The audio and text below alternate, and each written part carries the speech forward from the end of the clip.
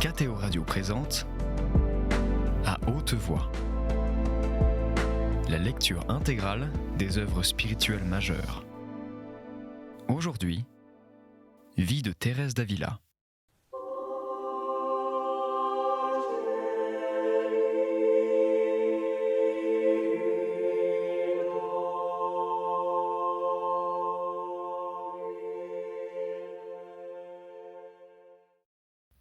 Chapitre 5. Elle continue le récit de ses grandes maladies et de la patience que le Seigneur lui a donnée pour les supporter. Elle montre comment Dieu tire le bien du mal, ainsi qu'on le verra d'après un fait qui lui arriva dans cette localité où elle était allée pour se soigner. J'ai oublié de dire que, durant l'année de mon noviciat, j'eus de grands troubles pour des choses qui étaient de peu d'importance.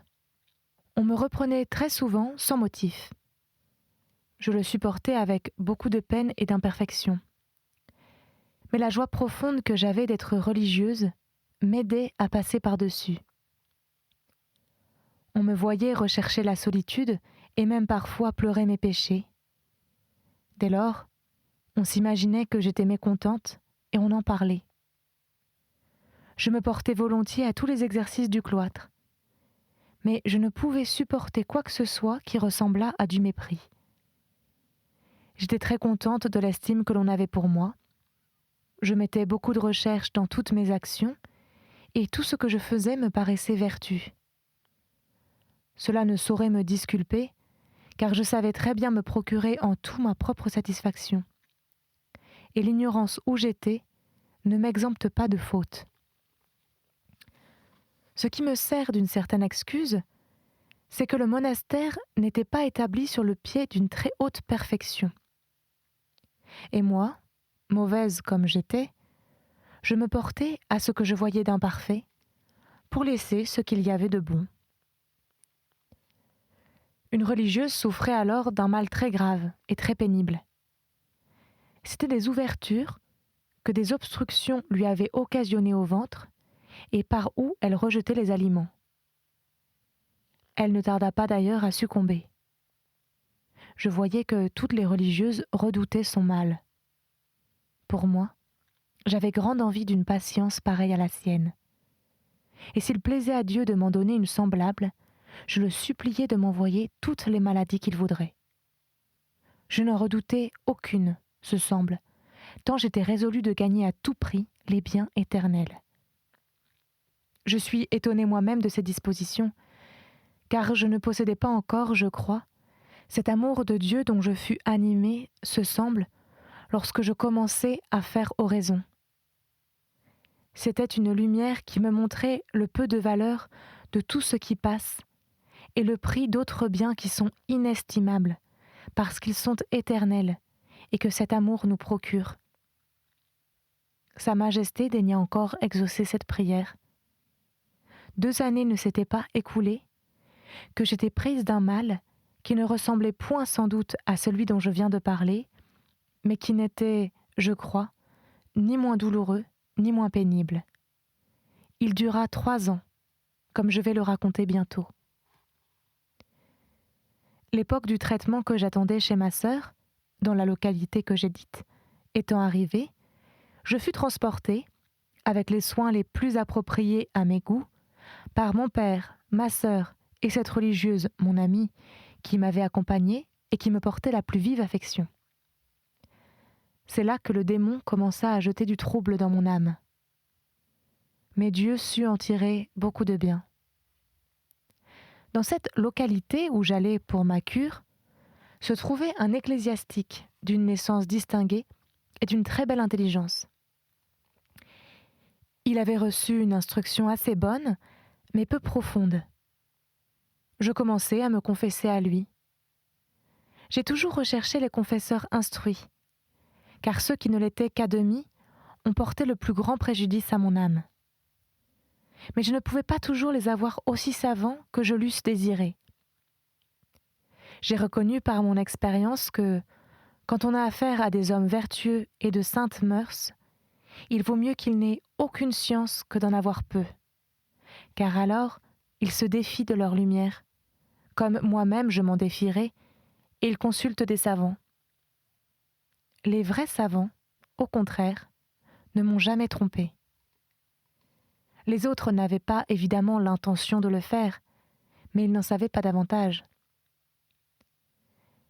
Les croyants suffisamment instruits, je m'imaginais n'avoir d'autre obligation que celle de les croire. Leurs conseils, d'ailleurs, étaient larges et me donnaient plus de liberté. S'ils m'avaient traité avec rigueur, j'aurais cherché d'autres confesseurs, tellement je suis misérable. Là où il y avait péché véniel, on me disait qu'il n'y avait aucune faute, et là où il y avait péché grave, on me disait que ce n'était qu'une faute vénielle. Tout cela me causa le plus grand préjudice. Aussi, rien d'étonnant que j'en parle ici pour prémunir d'autres âmes contre un si grand malheur. Je vois bien que, devant Dieu, je n'ai pas d'excuse. Dès lors, en effet, qu'une chose n'est pas bonne en elle-même, ce devait être suffisant pour que je me tienne en garde contre elle.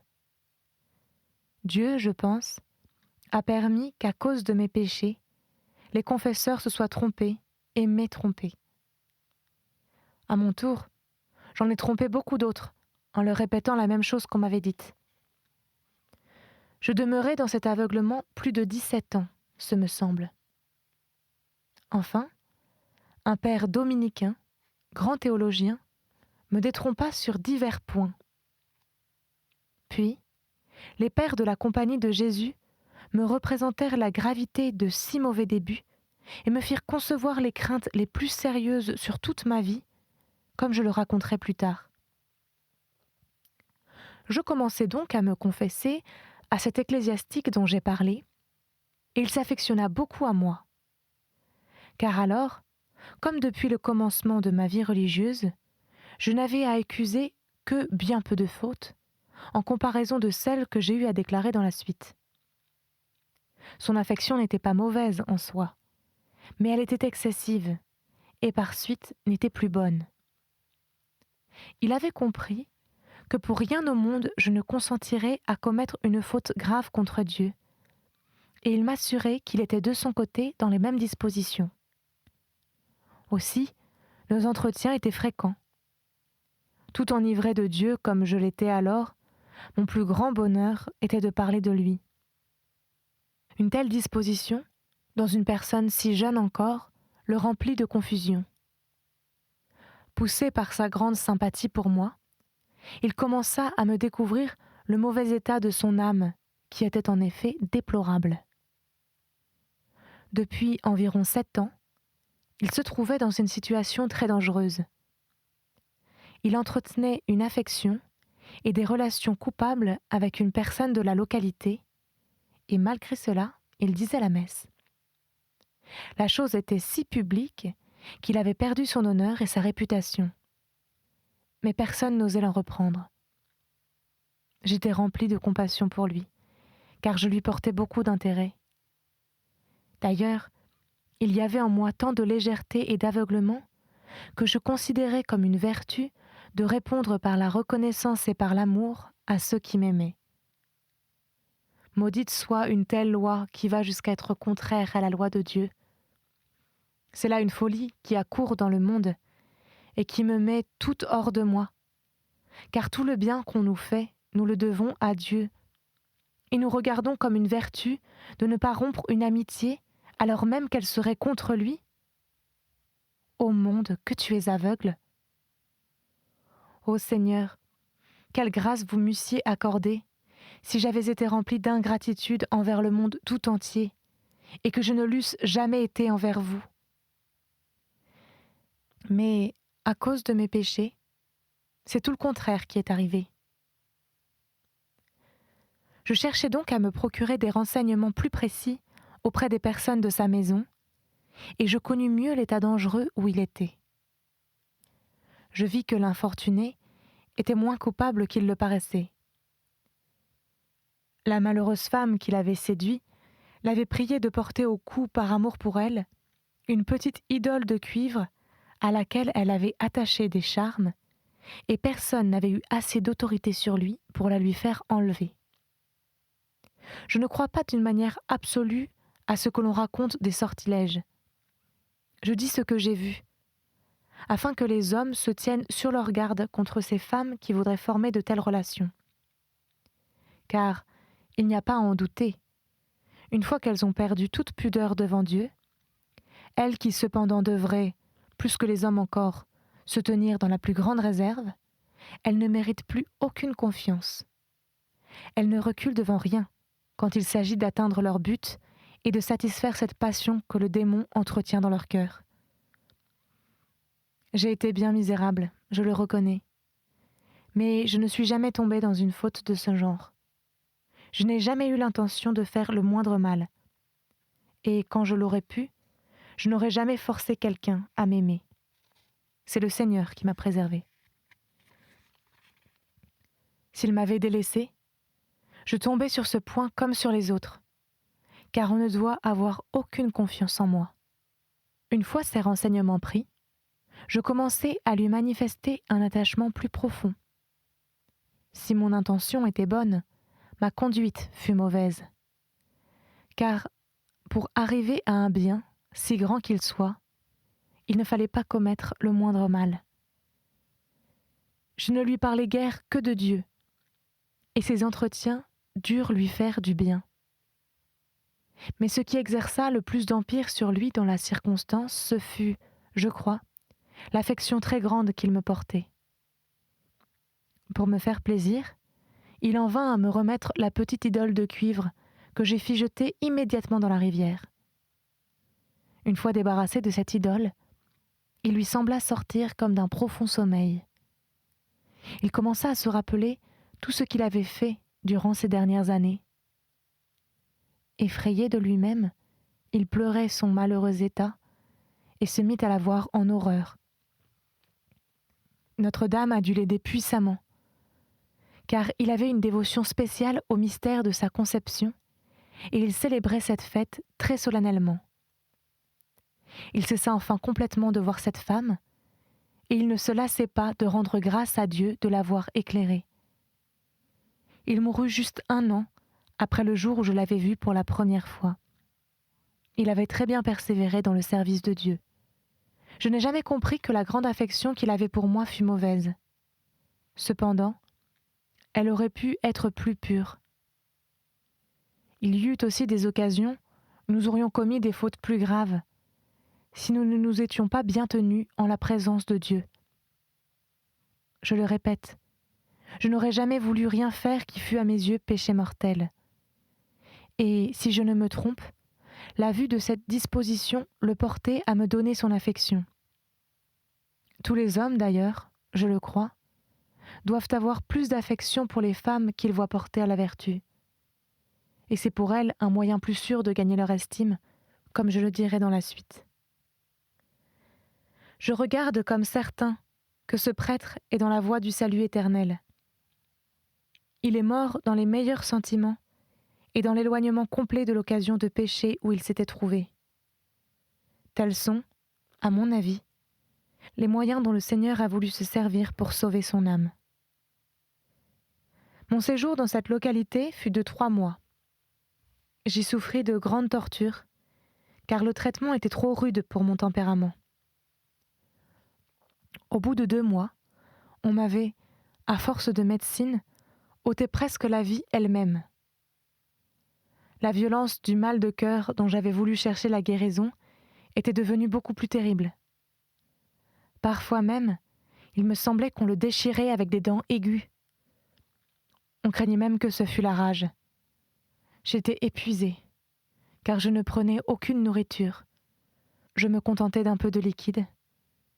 J'étais dégoûtée de tout, dévorée par une fièvre continuelle, desséchée par suite des médecines qu'on m'avait fait prendre tous les jours durant près d'1 mois, si dévorée enfin par un feu intérieur que les nerfs commencèrent à se contracter avec des souffrances tellement insupportables que je ne trouvais aucun repos, ni jour ni nuit.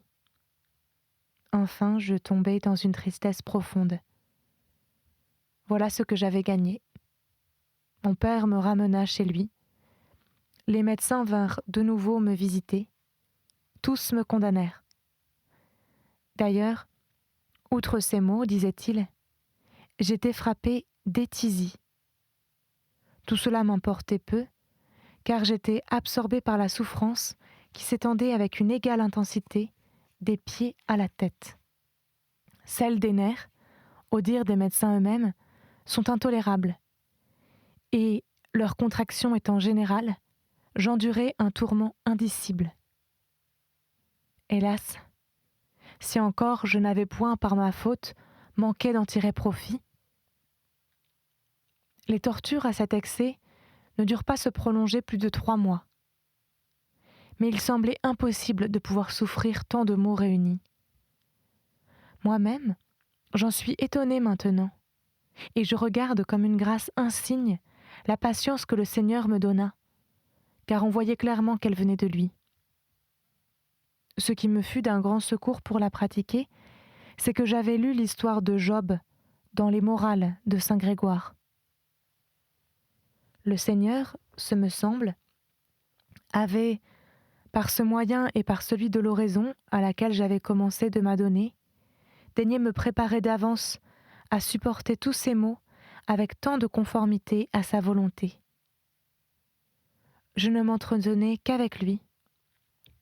J'avais habituellement à la pensée ces paroles de Job que je me plaisais à répéter. Puisque nous avons reçu les biens de la main du Seigneur, pourquoi n'en recevrions-nous pas aussi les maux ? Ces paroles, ce me semble, me donnaient du courage. La fête de Notre-Dame d'août arriva, après des tourments qui duraient depuis le mois d'avril, bien qu'ils eussent été plus intenses les 3 derniers mois. Je me préparais sans retard à me confesser. D'ailleurs, j'ai toujours aimé à me confesser souvent. On s'imagina que ce désir venait de la crainte de la mort, et pour ne point m'effrayer, mon père s'y opposa. Ô amour excessif de la chair, quel préjudice tu pouvais causer à mon âme. Et cependant mon père était si bon chrétien, si prudent. Ce n'est donc point par ignorance qu'il parla ainsi.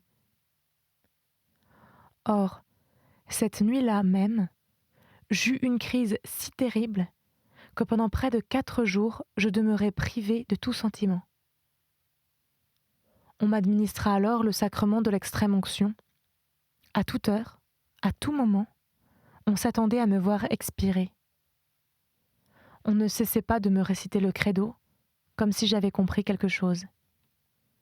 À certains moments, on me croyait si bien morte que l'on avait même laissé couler sur mes yeux de la cire que j'y trouvais ensuite. Mon père était désolé de ne pas m'avoir laissé me confesser. Que de prix et de prières il fit monter vers Dieu. Béni soit celui qui a daigné les exaucer. Il y avait déjà 1 jour et demi que l'on avait creusé dans mon monastère la tombe qui attendait mon corps. Et un couvent de religieux de notre ordre, situé en dehors de cette ville, avait fait les suffrages pour moi. Quand le Seigneur me rappela à moi, je voulus aussitôt me confesser. Je fis la communion en répandant beaucoup de larmes. Mais ces larmes ne provenaient pas uniquement, ce me semble, de la douleur et de la peine d'avoir offensé Dieu. Néanmoins, cette douleur eût été suffisante pour assurer mon salut, quand bien même Dieu m'eût imputé l'erreur où l'on m'avait jeté, en me disant qu'il n'y avait pas de péché mortel dans certaines choses où j'ai vu plus tard qu'il y en avait certainement. Mes larmes provenaient aussi des souffrances qui étaient intolérables et me laissaient peu de connaissances. Cependant, il me semble que ma confession fut complète. J'y accusai tous les péchés dont je me croyais coupable envers Dieu. Sa Majesté m'a accordé la grâce, entre autres, depuis ma première communion, de ne jamais omettre de déclarer en confession ce que j'ai cru être péché, même véniel. Il me semble par ailleurs hors de doute que si j'étais morte alors, mon salut ait été bien exposé, soit parce que les confesseurs étaient très peu éclairés, soit parce que j'étais mauvaise, soit pour beaucoup d'autres motifs. Oui, il est certain qu'arrivé à cette partie de mon récit, et considérant comment il apparaît que le Seigneur m'a ressuscité, je suis, pour ainsi dire, toute tremblante. Ô mon âme, il me semblerait bon que tu considères de quel danger le Seigneur t'avait délivré. Si son amour n'avait pas assez d'empire pour t'empêcher de l'offenser, sa crainte, au moins, ne devait-elle pas te suffire ? Il aurait pu 1000 autres fois te faire mourir dans un état plus dangereux encore. Je ne crois pas exagérer beaucoup en disant 1000 autres fois. Dussé-je encourir les reproches de celui qui m'a commandé d'être très réservé dans l'aveu de mes péchés, car ils sont encore très embellis. Je le supplie, pour l'amour de Dieu, de ne rien retrancher au récit de mes infidélités. Elles feront mieux ressortir la magnificence de Dieu et sa patience vis-à-vis d'une âme. Qu'il soit béni à jamais. Plaise à Dieu que je ne cesse jamais de l'aimer, mais que plutôt il me consume.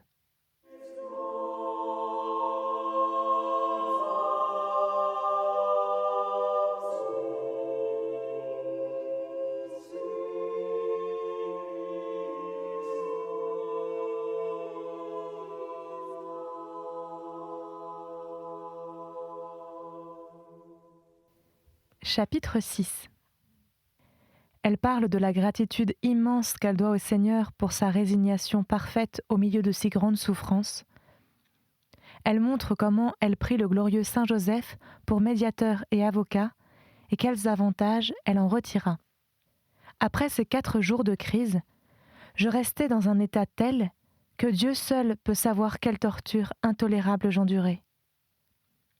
Ma langue était en lambeaux à force d'avoir été mordue. N'ayant pris aucune nourriture dans cet intervalle, ma faiblesse était extrême. Aussi, ma gorge s'était tellement resserrée que je me sentais étouffée, et je ne pouvais pas même avaler un peu d'eau. Mon corps me semblait tout disloqué, et ma tête dans un désordre complet. J'étais toute roulée sur moi-même, comme un peloton. Voilà où m'avaient amené ces quelques jours de si grande souffrance. À moins d'être aidée, je ne pouvais pas plus remuer les bras, les pieds, les mains, la tête, que si j'eusse été morte. Il n'y a, ce me semble, qu'un seul doigt de la main droite qu'il me fût possible de mouvoir. On ne savait comment me toucher, car je ne pouvais le supporter, tant le corps tout entier était endolori. Aussi, pour me changer de place, était-on obligé de me soulever à l'aide d'un drap que 2 personnes tenaient à chaque extrémité. Cet état dura jusqu'à Pâques fleuries. Il y avait cela de bon que, si l'on ne me touchait pas, les douleurs cessaient très souvent. Et dès que je pouvais reposer un peu, je me considérais comme bien. Je craignais de perdre la patience. Je fus donc très contente de voir que les douleurs n'étaient plus aussi aiguës ni aussi continuelles. Néanmoins, elles étaient encore insupportables lorsque je ressentais les frissons d'une fièvre double quarte très violente qui m'était restée. Quant au dégoût pour la nourriture, il était très grand. Je mis un tel empressement à retourner à mon monastère que je m'y fis transporter en cet état. On recevait en vie celle que l'on avait attendue morte. Mais le corps était pire que s'il n'eût pas été animé, tant il faisait peine à voir. Sa faiblesse extrême ne se peut décrire. Je n'avais plus que les os. Comme je l'ai dit, cet état dura plus de 8 mois, mais pendant près de 3 ans, je demeurai percluse, tout en ressentant une amélioration progressive. Lorsque je commençai à pouvoir me traîner par terre, je rendis grâce à Dieu. Tout ce temps se passa dans une résignation parfaite, et à part les débuts de mes souffrances, j'y apportais même une grande joie, car elle ne me semblait rien en comparaison des douleurs et des tortures que j'avais endurées au début. Ma conformité à la volonté de Dieu était complète, alors même qu'il m'eût laissé toujours en cet état.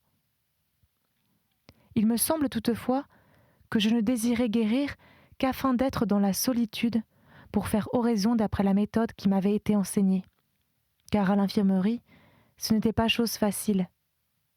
Je me confessais très souvent. Ma conversation roulait habituellement sur Dieu. Aussi, toutes les religieuses en étaient édifiées et s'étonnaient de la patience que le Seigneur m'avait donnée. Sans le secours de Sa Majesté, il paraissait absolument impossible de goûter tant de joie au milieu de souffrances si cruelles. Ce fut une grande chose pour moi que d'avoir reçu de Dieu le don de l'oraison. Elle me faisait comprendre ce que c'est que de l'aimer lui-même. Durant ce peu de temps, j'avais vu apparaître en moi ces vertus dont je vais parler, vertus qui étaient peu fortes toutefois, puisqu'elles étaient impuissantes à me maintenir dans la justice. Je ne disais de mal de personne, si petit qu'il fût. J'évitais au contraire d'une façon habituelle toute médisance, n'oubliant jamais que je ne devais ni vouloir pour les autres, ni en dire ce que je ne voulais pas qu'on dise de moi-même. J'y veillais avec un soin extrême dans les occasions qui se présentaient. Il y avait cependant quelquefois des circonstances plus délicates, où il se glissait quelques légers manquements. Mais c'était contre mon ordinaire. J'engageais donc si bien mes compagnes et les personnes que je voyais à suivre cette ligne de conduite qu'elles en contractèrent l'habitude. On en vint à se persuader que, là où j'étais, la réputation des absents n'avait rien à craindre, et qu'il en était de même là où se trouvaient mes amies, mes parentes ou celles que j'instruisais. Néanmoins, il y a d'autres points où j'ai un grand compte à rendre à Dieu pour les mauvais exemples que je leur ai donnés. Plaise à Sa Majesté de me pardonner si j'ai été la cause de beaucoup de maux. Mon intention n'était pas du moins aussi mauvaise que mes actes. J'avais conservé le désir de la solitude. J'aimais à traiter et à parler des choses de Dieu quand l'occasion s'en présentait. J'y trouvais plus de contentement et de joie que dans toute la politesse, ou, pour mieux dire, dans la grossièreté des conversations du monde. Je communiais et je me confessais beaucoup plus souvent. Mon âme le désirait d'ailleurs. J'affectionnais extrêmement la lecture des bons livres. Un repentir très profond s'emparait de moi dès que j'avais offensé Dieu, et souvent, je m'en souviens, je n'osais plus faire oraison, car je redoutais comme un grand châtiment la douleur cruelle que je devais y ressentir de l'avoir offensé. Sa disposition prit ensuite de telles proportions que je ne sais à quoi comparer un pareil tourment. Jamais cependant il n'y eut de crainte, ni petite, ni grande. Mais quand je me rappelais les délices dont le Seigneur me favorisait dans l'oraison, ou l'étendue de mes obligations envers lui, et que je voyais de quelle manière déplorable je le payais de retour, j'en demeurais accablé. C'était À haute voix, une émission de KTO Radio. Aujourd'hui, Vie de Thérèse d'Avila. Lecture, Marie Rambaud. Captation et réalisation, Aymeric Plouminec et Thibaut Dagalier. Une émission disponible en podcast sur ktoradio.com et sur l'application KTO Radio.